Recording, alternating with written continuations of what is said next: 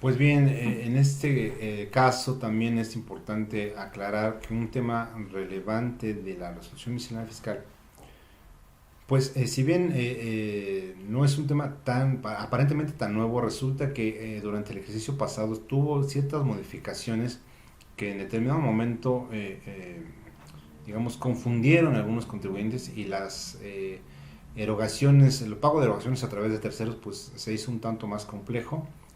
Independientemente de que estemos en vías de esperando el complemento correspondiente que se habrá de publicar para cerrar este ciclo, de momento esta regla miscelánea 27113 nos pretende regular lo que bueno, lo que es una práctica común, es decir, de repente algún contribuyente requiere, digamos, convenir con algún prestador de servicios, persona física o moral, al que comúnmente le llamamos tercero, pues que él realice alguna gestión, por ejemplo, para pagar a ciertos proveedores y concentrar, suponiendo en el caso concreto, a un agente aduanal en donde le proporcionamos ciertos recursos para que él a su vez pues haga esos gastos, pague contribuciones, etcétera, y lo hace por cuenta nuestra. Y entonces, bajo ese contexto, nosotros de cierta manera, pues como contribuyentes podemos evitar este tipo de cargas administrativas, porque finalmente ese prestador de servicios conoce a los proveedores, conoce al equipo que necesita, por ejemplo, para importar nuestra propia mercancía, etcétera, etcétera. Entonces, algunos ejemplos comunes de esto son justamente pues todos esos pagos que se hacen a estos proveedores logísticos, agentes aduanales, e incluso notarios, entre cualquier otro similar. Esta práctica, digamos, está regulada en la ley del impuesto sobre la renta, incluso en el reglamento de la misma ley. Y lo que vamos a revisar hoy bajo esta regla miscelánea es básicamente en lo que concierne a la expedición del CFDI, que como podemos observar el día de hoy, pues bueno, es la parte principal para que el SAT pueda identificar que la operación se realizó de una manera correcta y pudiéramos evitar algunas confusiones que comúnmente la autoridad tiene en relación con esos posibles, que realmente no lo son, pero que parecen ingresos cuando ese contribuyente, nosotros desde el punto de vista tercero o imaginemos agente aduanal, llegan los recursos y tenemos que explicar a la autoridad que esos recursos no son ingreso nuestro. ¿Cómo dice la ley y cómo dice el reglamento al respecto para evitarlo? Pues es muy sencillo, dice eso de entrada se considera un ingreso acumulable, salvo que consigas o que tengas un comprobante fiscal respecto de esos montos. Que evidentemente ese comprobante fiscal no es de nuestra propiedad, es de nuestro contribuyente, es decir, de nuestro cliente.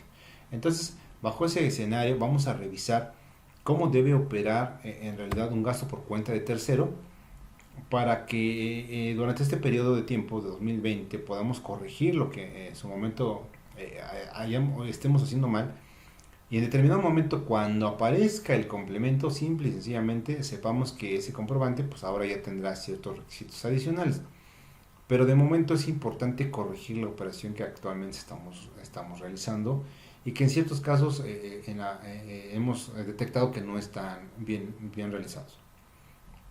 Para ello, lo primero que vamos a hacer es identificar a los sujetos que intervienen en la operación. Entonces, es muy importante que pongamos atención a lo que está en pantalla. Es decir, tenemos tres sujetos que intervienen en esta operación. Esto se llama gasto por cuenta de tercero. El primer sujeto es el contribuyente, es decir, es la persona que decide utilizar los servicios de un tercero para hacer erogaciones por su cuenta, a su nombre. Este tercero, evidentemente, ya decíamos ejemplos de ellos, pueden ser el notario, la agente aduanal. Este tercero va a realizar los pagos por cuenta de ese contribuyente a ciertos proveedores.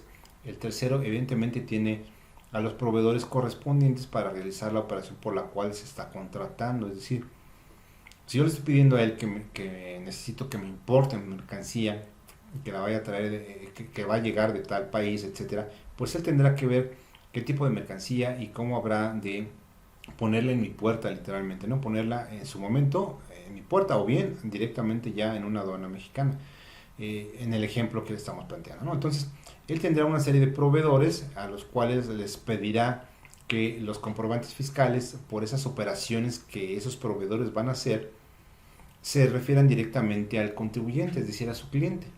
Porque estrictamente hablando, el tercero no es el que requiere de esa prestación de servicios, sino el que lo requiere es el contribuyente. Él solamente va a hacer los pagos.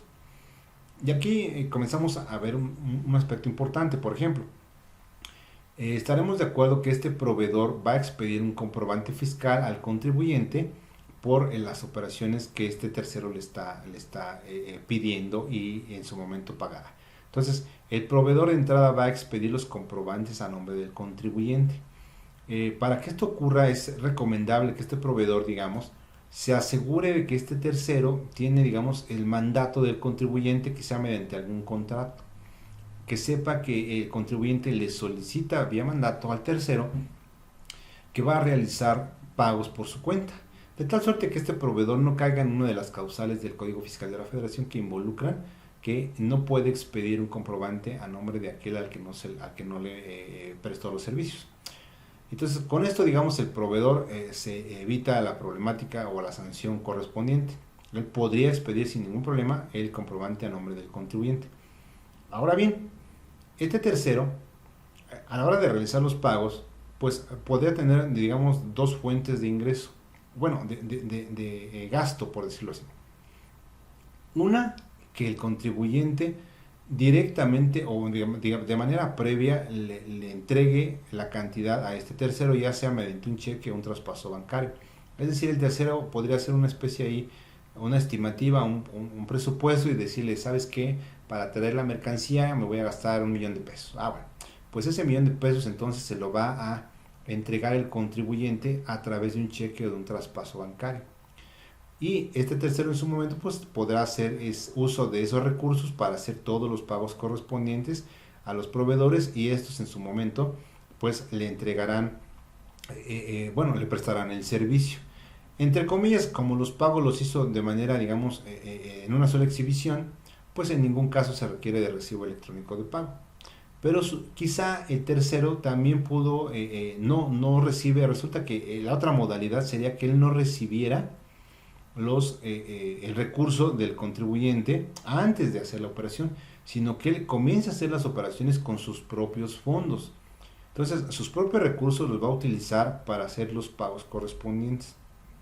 Y una vez hecho esto, él sabrá exactamente que no se gastó 1,000,000 en mi mismo ejemplo, sino que se gastó 950,000, por decir algo. Ok, ya sabe con precisión cuánto fue. Entonces este tercero se voltea con el contribuyente y le dice, oye, fueron 950,000 de X cantidad de facturas. Imagínate que son 5 facturas. Ah, bueno, entonces el contribuyente le va a reembolsar esa cantidad que él erogó de esas 5 facturas. Preferentemente, digamos, en 5 partes, 5 pagos, no en uno solo de 950. Esto porque así lo dispone la propia regla. Si nosotros revisamos esa operación, pues nos daremos cuenta que acá tenemos 5 facturas y por acá tenemos 5 traspasos a su cuenta, de los cuales casan perfectamente porque los traspasos incluyen el IVA. Entonces, de alguna manera tenemos, digamos, ese ciclo perfectamente cerrado. ¿Qué pasaría si este tercero en determinado momento le paga al proveedor, pero no en una sola exhibición? Bueno, obviamente el proveedor pues va a tener un comprobante fiscal que le expedirá al contribuyente en PPD, pero pero esperará cada uno de esos pagos, pues tendrá que hacer un recibo electrónico de pago correspondiente. Ese recibo electrónico estaremos de acuerdo que no se lo va a expedir al contribuyente porque quien pagó fue el tercero. Luego entonces él va a documentar que el pago se realizó por el tercero. Entonces, este tercero es pues de donde la cuenta bancaria de donde salió el recurso. Sin embargo, dentro de ese REP va a documentar el folio fiscal que previamente se le había entregado al contribuyente por el total de la operación. Entonces, como podemos observar, bajo ese contexto, en los tres estaríamos cubiertos con un comprobante fiscal. Por ejemplo, si yo soy el contribuyente el que requiero de hacer este tipo de erogaciones, siempre tendré mi comprobante fiscal por el total de la operación a mi nombre, pero también indirectamente tendré copia de un recibo electrónico de pago que involucra que esa factura ya fue cubierta y por la cual yo podré acreditarme el IVA de ese gasto una vez que se demuestre que ya está efectivamente pagado. En el mismo sentido, pues bueno, este tercero, ¿qué va a hacer? Bueno, pues este tercero, una vez que hace las operaciones para las cuales se fue contratado, él va a expedir un CFDI por la prestación de sus servicios. Y ese CFDI que le entrega al contribuyente, que es básicamente su cliente, pues le va a decir, ah, pues sabes que te voy a cobrar X cantidad por mis honorarios, mis comisiones, etcétera. Y esa cantidad, digamos, vendrá en el CFDI correspondiente. Sin embargo, dentro de un documento, digamos, que pudiera ser parte de ese CFDI, pero ya a nivel representación impresa, podría tener la relación o va a tener la relación de todos los gastos en los que incurrió para poder realizar la operación. Cabe apuntar que esos gastos actualmente no forman parte del CFDI, es decir, no vienen incorporados en su estructura tecnológica. En consecuencia, bueno, pues ahí tenemos todavía esa posibilidad en donde la relación de gastos tendrá que ser solamente, digamos, documentada a través de un papelito donde diga todo esto fue en lo que me gasté. Y en su momento, pues bueno, tendremos que revisar cómo es que regresan los recursos en el caso que el contribuyente, en mi ejemplo que decíamos, me proporciona 1,000,000, resulta que yo solo me gasto 950,000, entonces debo devolver 50,000 pesos, ¿no? En ese escenario, pues bueno, ahí eso también tendrá que documentarse justamente en el comprobante. Pero bueno, antes de llegar ahí, lo importante en el caso concreto del tercero, y para que esto no se considere un ingreso acumulable para él, es tener un control muy claro de el dinero que entra y que se eroga en función de ello, de tal suerte que si algo sobra, pues se pueda devolver o se mantenga hasta por los plazos que dice la regla, que ahorita vamos a revisar. El asunto es que este tercero evite tener cualquier discrepancia fiscal respecto del posible monto que se le está depositando, que por supuesto no representa un ingreso, sino que va a servir para pagar una serie de gastos. Entonces, tenerlo en consideración para evitar este tipo de situaciones en donde la autoridad pudiera presumir que se trata de un ingreso cuando en realidad es estrictamente parte del recurso con el que se va a pagar estas erogaciones. Dicho esto, se regula entonces a través de la resolución miscelánea, regla 27113, el pago por cuenta de terceros. Entonces, esas erogaciones que se hacen a través de estos tienen dos modalidades que ya platicamos. La primera sería cuando el tercero realizó la erogación, es decir, él financia, ¿no?, los montos de las erogaciones y posteriormente le son reintegrados o reembolsados esos montos, digamos, de una manera exacta, porque ya sabemos cuánto fue. Y la otra posibilidad es cuando el contribuyente, de manera previa a que se realice el hecho, él dice, oye, ¿sabes qué? Me voy a gastar, presumo que me voy a gastar 1,000,000 de pesos, y entonces llega el recurso directamente de su cliente. Entonces, el contribuyente es quien realmente proporciona el recurso al tercero. Bueno, bajo ese contexto, nada más tener en cuenta que la autoridad ya desde hace muchos años, estamos hablando por allá de la resolución miscelánea de 2010, ya estaba revisando uno de estos conceptos, ya estaba regulando, y en aquel tiempo esta regla se llamaba pago de las agencias de publicidad, emisión de comprobantes, en donde básicamente nos señalaba este mismo procedimiento, bueno, en el caso concreto de los supuestos en donde había el reembolso, es decir, el caso 1. En el caso 2 no estaba regulado. Ese caso 2 se regula a partir literalmente de este ejercicio, ¿no? Entonces, esta posibilidad de tener este documento es importante porque nos va a permitir documentar toda esta situación, tanto del lado desde el punto de vista del contribuyente como del tercero o como del propio proveedor de ese contribuyente. Entonces, vamos a ver el primer caso, cuál es en general lo que se tendría que hacer. Primero recordemos que aquí el tercero, vamos a imaginárnoslo como el agente aduanal. Ese tercero va a sacar de su bolsa, va a financiar a su cliente y él va a hacer todos los gastos correspondientes. Entonces, ¿Qué es lo primero que dijimos que iba a hacer? Bueno, pues ese tercero le va a decir al proveedor, ¿sabes qué? La factura la vas a hacer a nombre de mi cliente, mi contribuyente, ¿no? Entonces el contribuyente es el que, así será. Entonces el tercero va a solicitar ese CFDI con la clave en el RFC del contribuyente por el que se va a realizar la erogación. En caso de ser residente en el extranjero, para efectos fiscales, el CFDI se va a consignar, pues evidentemente la clave en el extranjero, ¿no? Entonces aquí nada más cuidar ese detalle, porque al final del día, pues bueno, sabemos que de tratarse bajo ese hecho, pues tendría que ser de esta manera. Es evidente que si hay un pago realizado al extranjero, pues los comprobantes fiscales, pues comúnmente, pues, obvio, vienen en otro idioma, exactamente no tienen los mismos requisitos. Sin embargo, estos comprobantes deben contener al menos ciertos datos. Aquí la autoridad, a través de esta regla 27116, nos establece cuáles son esos datos que debe cumplir ese comprobante. Entonces, esos comprobantes fiscales emitidos por residentes en el extranjero que no tienen establecimiento permanente en México deben cumplir al menos con cierta información. Entonces es importante tomar en cuenta lo que dice la regla 27116, que básicamente implica el nombre, la denominación de razón social, el domicilio y en su caso el número de identificación fiscal o algo equivalente de quien lo expide. Esto pues evidentemente, por lo que vemos, no hay ningún problema, pero por supuesto que debería venir el nombre y no siempre se tiene el ID, pero bueno, algún número similar. Segundo dato, pues el lugar y fecha de expedición. Entonces eso pues también es algo que sin duda debería venir, ¿no? Es algo obvio. El tercer dato, pues ahora ya del receptor, es decir, del que está adquiriendo o que está haciendo ese pago, ¿no? Clave en el RFC de la persona a favor de quien se expida. Fíjense, basta la clave del RFC o bien el nombre o denominación o razón social de dicha persona, lo que sea, uno de los dos. Aquí es importante entonces que no se nos olvide, que bueno, pues este dato también es muy común, evidentemente, que venga. Quizá en esta parte, en el siguiente dato ya no sea tan preciso. Aquí es donde debemos cuidar que esa factura lo contenga. En el caso concreto es la cantidad, la unidad de medida y la clase de los bienes o mercancías o la descripción del servicio o del uso o goce que amparen.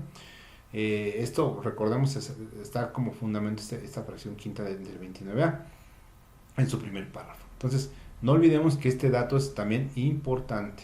¿Qué más? Bueno, el valor unitario consignado en número e importe total consignado en número o letra. Otra situación también similar en donde, por supuesto, pues debe venir este valor.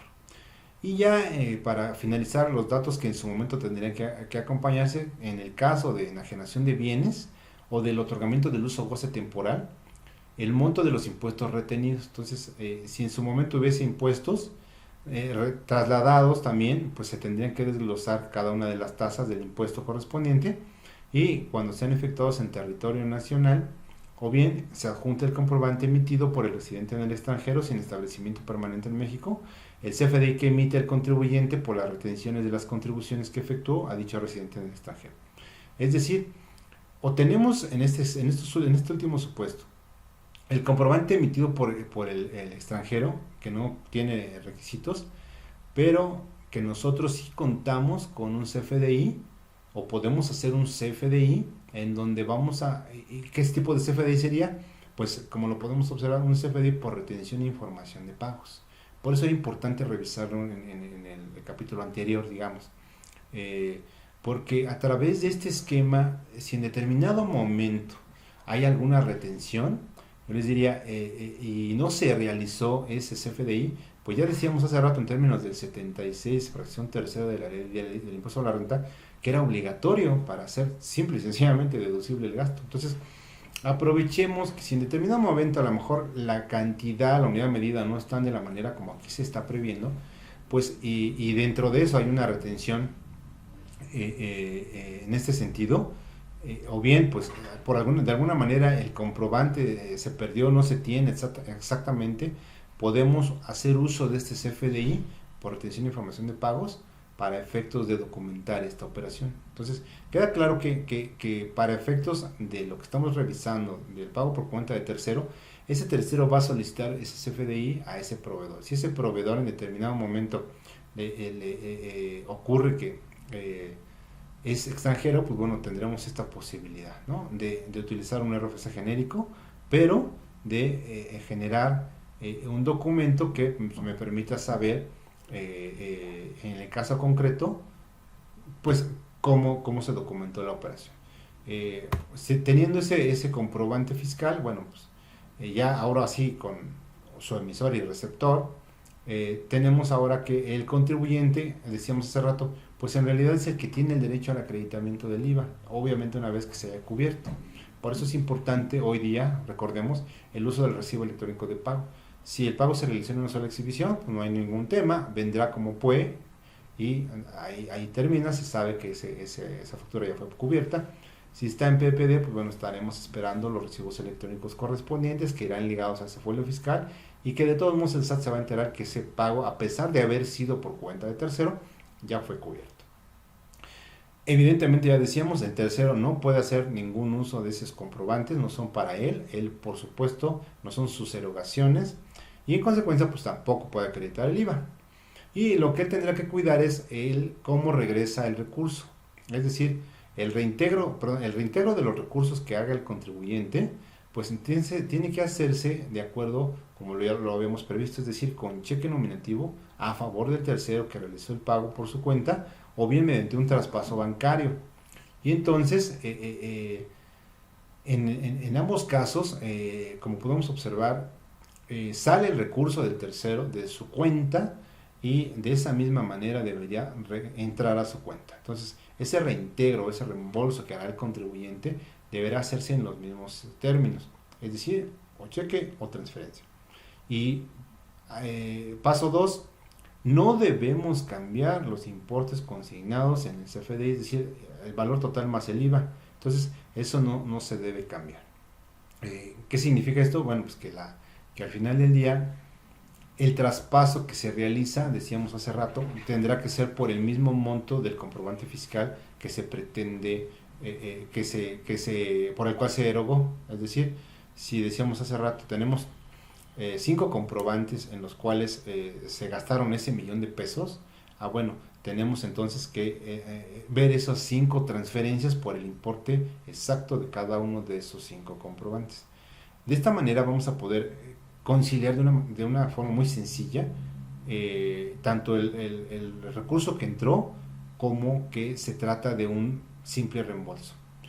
Esto en automático para efectos de la ley del ICR en su artículo 18 y así mismo en otros preceptos como el 101 para efectos de personas físicas, pues van a documentar claramente que no se trata de un ingreso acumulable, sino que se trata de un simple reembolso que ya se está realizando en términos de esta situación. Entonces es muy importante esa parte. Como podemos observar hasta aquí, pues en muchos de los casos no estamos cumpliendo esta última parte, este último requisito. Se está ligando de una manera global y después, bueno, vendrán los problemas de aclararle a la autoridad cómo ocurrieron los hechos. Entonces, creo que una práctica más simple tendría que ser de esta manera y también bajo ese contexto pues va a ser mucho más sencillo a la hora incluso para el contribuyente de documentar por qué salió esa erogación a la cuenta del tercero con un importe tan preciso como el que tiene en un comprobante fiscal que le llegó por internet respecto de alguna de las erogaciones que él ya pagó por cuenta de ese tercero. Es importante aclarar también que, pues bueno, cada una de esas erogaciones pues tiene su particularidad y por el hecho de que lo realice el tercero no significa que ya no se deban cubrir esos requisitos. Por citar algunos, en el caso concreto de montos arriba de $2,000 o de erogaciones relacionadas con combustibles, etcétera, ¿no? En donde no se permiten efectivo, por ejemplo. Cuidar esas partes y no va a haber ningún problema en la deducibilidad. Entonces, ¿cuál es el otro caso que nunca había sido regulado? Este caso que acabamos de ver es algo regulado prácticamente desde 2010, entonces no hay, como que está un poco más revisado por la autoridad. Sin embargo, a pesar de hacerse, no se estaba regulado como hoy se está haciendo a través de esta regla. ¿Cuál es el caso? El caso en donde el contribuyente dice, te voy a mandar el recurso primero de acuerdo a la estimativa que me hiciste que te vas a gastar. Y entonces el contribuyente pues entrega ese dinero al tercero solamente o mediante cheque nominativo o mediante traspaso bancario. Ese tercero entonces pues mediante una cuenta contable va a poder identificar de que se trata de este tipo de recursos y que no representa un ingreso para él. Esos importes, digamos, que se les van a proporcionar por cuenta de ese contribuyente para realizar sus erogaciones, ¿no? Entonces, llevar el control correcto, contablemente hablando, de ese monto. ¿Qué más? Bueno, pues el tercero, ahora sí, se voltea con los proveedores y comienza a hacer las erogaciones correspondientes para cumplir su objetivo, entre los cuales, pues, otra vez, significa, oye, todos los comprobantes fiscales no van a mi nombre, van a nombre del cliente, del contribuyente. Y entonces pues le puede mostrar a ese proveedor que él cuenta con un mandato que le permite hacer este tipo de pagos y que él tiene toda la confianza de hacer un comprobante fiscal a nombre de aquel al que no le pagó. En consecuencia, pues bueno, también identificar lo que ya habíamos platicado en cuanto a si se trata de residencia en el extranjero o por el mismo supuesto. Y bueno, ¿qué ocurriría? Ya realizó la serie de pagos a esos proveedores y entonces resulta que a él le mandaron 1,000,000 de pesos, pero él solo se gastó 900,000.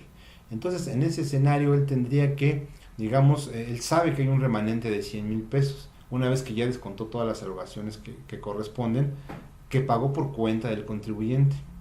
Y entonces, pues él debe reintegrar ese monto a este contribuyente.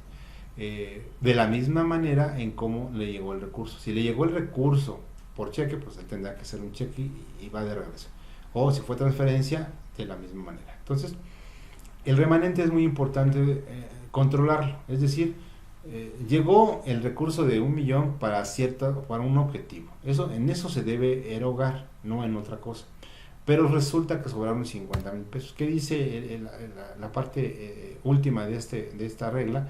Pues nos señala que esas cantidades de dinero que se proporcionaron por el contribuyente al tercero, pues ya decíamos, deben ser usadas pues para esos pagos. O bien, si no se terminaron de utilizar, pues deben ser reintegradas a este contribuyente, pero nos da un plazo. Y esto es a más tardar el último día del ejercicio en el que el dinero le fue proporcionado. Entonces, hoy estamos hablando ya de 2020. Entonces tendríamos a más tardar el 31 de diciembre. Pero, ¿qué pasa si estas operaciones se hubieran realizado en diciembre? Es decir, en diciembre es cuando me pasa el recurso del 1,000,000 de pesos y yo pues a lo mejor no concluyo el trámite en diciembre. Entonces, ¿qué ocurre aquí? Dice la propia regla que en esos casos la cantidad que pudiera sobrar debe ser reintegrada a más tardar el 31 de marzo. Literalmente pues cuando tenemos el plazo máximo para presentar la declaración anual. Entonces, cuidar esto es muy importante. Los plazos son muy importantes derivado de lo que estamos jugando. ¿Por qué? Porque el último párrafo nos dice que en caso de que transcurra ese plazo y el dinero no haya sido, digamos, regresado, primero usado para las erogaciones, o bien reintegrado al contribuyente, entonces el tercero lo tendría que considerar como un CFDI, como un ingreso. Y en consecuencia, pues tendría que haber un CFDI al respecto. Y obviamente reconocer ese ingreso en su contabilidad. Esto, pues obviamente parecería un exceso de parte de la regla.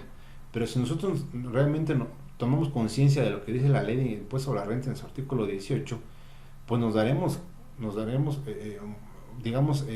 cuenta que ahí es muy claro, ese recurso se vuelve un ingreso acumulable en tanto no se tenga un comprobante fiscal, ¿no? Entonces, cuidado, aquí si se quedó, parecería que se configura el hecho de haber sido un ingreso, que evidentemente no lo es, y que podría resultar de esta manera. Entonces, creo que luego de las reformas que ocurrieron a esta regla el año pasado, ha quedado un tanto más flexible para los casos en donde estos, sobre todo en el caso de agentes aduanales, tienen la posibilidad de tener más tiempo cuando brincamos de ejercicio, de diciembre a enero, ¿no? Entonces, en muchos casos, algunas mercancías no son tan rápidas de poder importar y en consecuencia los pagos igual de erogar. Entonces, creo que hasta el 31 de marzo hay un plazo mucho más flexible del que originalmente se tenía, que en su momento eran de 60 días, ¿no? Entonces eso ya se eliminó,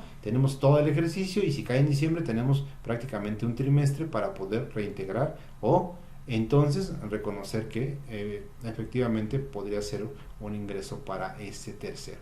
Entonces, cabe apuntar que ya hablando de obligaciones fiscales, ese tercero pues debe entregar al contribuyente los FDIs pues por todas esas erogaciones realizadas. Es muy posible que los proveedores de ese tercero pues también le pasen copia directamente al contribuyente y si no, él estaría obligado a entregárselos al contribuyente. Y aquí cabe la posibilidad de incluir, bueno, estamos hablando también de los recibos electrónicos de pago. Recordemos que esos recibos electrónicos de pago van a salir a nombre del tercero, no del contribuyente.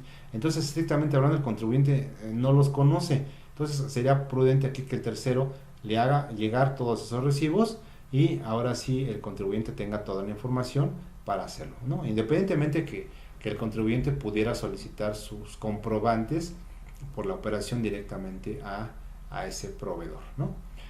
Además, el tercero está obligado, recordamos que recordamos que él está en realidad prestando un servicio personal, es decir, él está prestando un servicio en donde involucra quizá además del financiamiento pues el servicio de la importación, el servicio de hacer algunos trámites legales, eso va a involucrar una serie de erogaciones, pero también va a identificar pues un honorario estrictamente hablando para él. Él pues, se voltea y le dice a su cliente, pues te voy a cobrar X cantidad y él tendrá que hacer su CFDI por ese concepto. Sin embargo, ese CFDI, a partir de que se publique este complemento, ese CFDI ya va a venir con un complemento. El complemento se llama identificación del recurso y minuta de gasto por cuenta de tercero. Como su nombre lo indica, pues en ese complemento se va a ver exactamente cuánto fue ese millón, en mi ejemplo, ese millón de quién, cómo llegó, etcétera, y por otro lado, pues en qué cantidades se erogó. Asimismo, pues nos vamos a saber si hubo un remanente y se regresó en el caso concreto de la primera opción o si sencillamente el recurso pues coincidió con los reembolsos obviamente que se le hicieron posteriormente. Entonces tenemos básicamente aquí que ese CFDI con complemento, identificación de recursos y en este caso por cuenta de terceros, quien estará obligado a expedirlo será el tercero. Sin embargo, en su momento, el contribuyente, que es el que realizó las erogaciones por su cuenta, tendrá que hacerse de ese comprobante para poder documentar también la deducibilidad de esta operación. No bastarán solo los comprobantes que hizo los proveedores de ese tercero, ¿ok? Dentro de esa CFDI de ingresos que hará el tercero, ya decíamos, va a identificar las cantidades de dinero que recibió, las cantidades erogadas por cuenta del contribuyente, los comprobantes que sustenten dichas erogaciones, obviamente pues todo eso serán los folios fiscales y los remanentes reintegrados efectivamente al contribuyente. Como podemos observar, con este CFDI que se está previendo, se va a poder documentar toda la operación de una manera más transparente. Entonces lo que hoy día estos terceros nos relacionen en una factura a nivel, digamos, papel, representación impresa, a partir de que se publique este complemento, tendremos la posibilidad de toda esta información que quede perfectamente identificada, no solo por el contribuyente, el proveedor y el tercero, sino por el SAT. Ya decíamos que entonces es necesario contar con el CFDI de cada uno de esos erogaciones y el CFDI en este sentido de ingresos con este complemento para que el contribuyente pueda hacer la deducibilidad correspondiente. A la fecha no se ha publicado este complemento, pero como podemos observar las operaciones fluyen y van a seguirse haciendo de la misma manera, salvo por el comprobante. El comprobante hoy día pues no es un comprobante con este complemento, es un comprobante de los de antes, tradicional digamos, 133, pero en un documento alterno pues vendrán toda la relación de gastos. Entonces estamos en espera mediante este artículo transitorio. Esta disposición pues está en stand-by en cuanto al comprobante. Entonces será aplicable el comprobante una vez que se publique en el portal del SAT y pasen 30 días naturales para que se pueda utilizar. Entonces, tener esto en cuenta y pues estar pendientes de este complemento. Entonces, quien realice este tipo de operaciones y se ubique en alguno de los tres supuestos, pues estar atento a lo que está ocurriendo y que próximamente se tendrá ya como una realidad.